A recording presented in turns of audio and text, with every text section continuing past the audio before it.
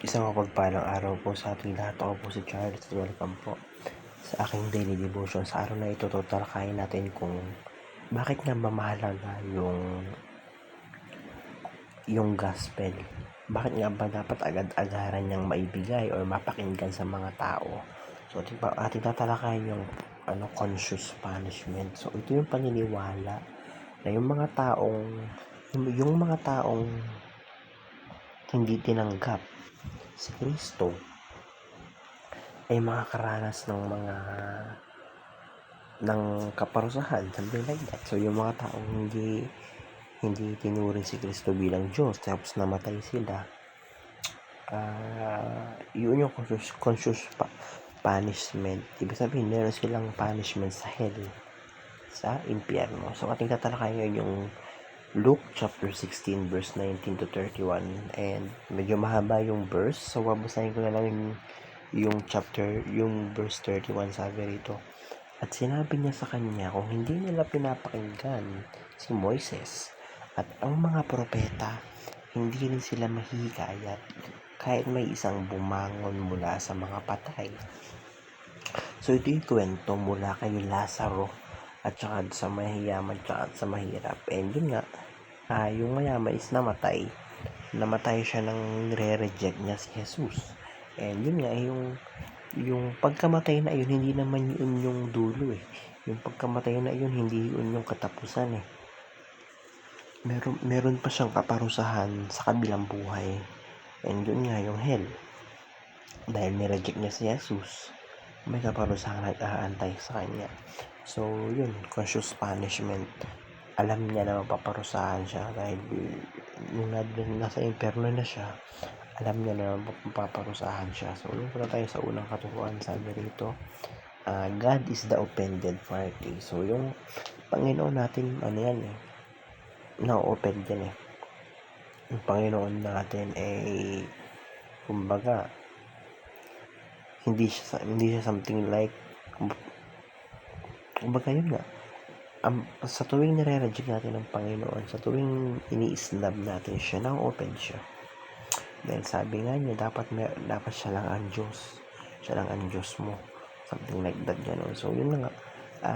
Ang Panginoon natin ay na-open. Nakakaramdam din siya ng pagka-open sa mga bagay na yun sa panahon na yun. So, sa dalawang application, sabi rito, I mean teaching, God is holy and just. Ang Panginoon natin is just, something like that. Pag-focus tayo doon. Ibig sabihin, fair siya, patas siya in the way na kapag ka nagkasala ka, patas siya na kapag ito yung sa Old Testament patas siya na kapag nakagawa ka ng mali, wala kang takas, may kaparusahan ka.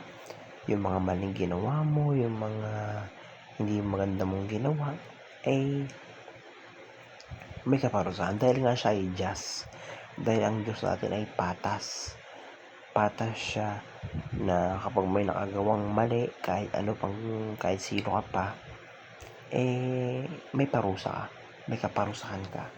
So sa ikatlong teaching, sabi rito, God made hell to punish evil doers. So yun na nga, ginawa ng Panginoon yung hell, ginawa ng Panginoon yung impyerno para parusahan yung mga taong masama, para parusahan yung mga taong hindi gumagawa ng mabuti. So, kumbaga maraming mga tao nagtatanong, bakit may hell, bakit may impyerno pa, ganun. Makapangyarihan naman ng Panginoon dahil nga, ginawa niya yung hell, ginawa niya yung impyerno dahil nga, para parusahan yung mga tao. Para parusahan yung mga taong hindi gumagawa ng mabuti. Sa unang application po na tayo, sabi rito, acknowledge the seriousness of and gravity of sin. So, dapat ina-acknowledge natin yun. So, dapat hindi natin binabaliwala yung mga maling nagagawa natin. Hindi dapat natin binabaliwala na yung mga maling ginagawa mo ay may kaparusahan yan. So, hindi natin binabaliwala yun. So, acknowledge natin yun. So, ikalawang application, sabi rito, advance the gospel with urgency and compassion. So, dapat talaga natin hindi natin kinakalimutan. Hindi natin kinakalimutan yung gospel and na makapag-share tayo sa something like that. Kasi nga, yun nga, anytime pwede tayong mawala. Anytime pwede tayong kunin ng Panginoon. And dapat pag dumating, kumbaga hindi natin alam kung kailan tayo mawawala. Hindi natin alam kung kailan tayo kukunin ng Diyos.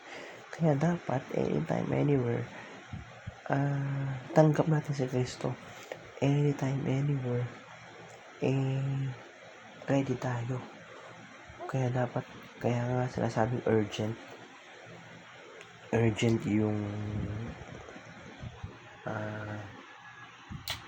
yung gospel. So sa ikatlong application, sabi rito, appreciate the love and justice of God displayed on the cross of Christ. So yun na nga, appreciate natin yung pagkamatay ni Kristo. Dahil sa pagkamatay niya ay naligtas tayo. Dahil sa pagkamatay niya yung mga kasalanan natin ay pwedeng mapatawad. Dahil yun, magpasalamat tayo doon and i-appreciate natin yun. So yun naman po, napakaraming natutunan sa araw na ito. Glory to God.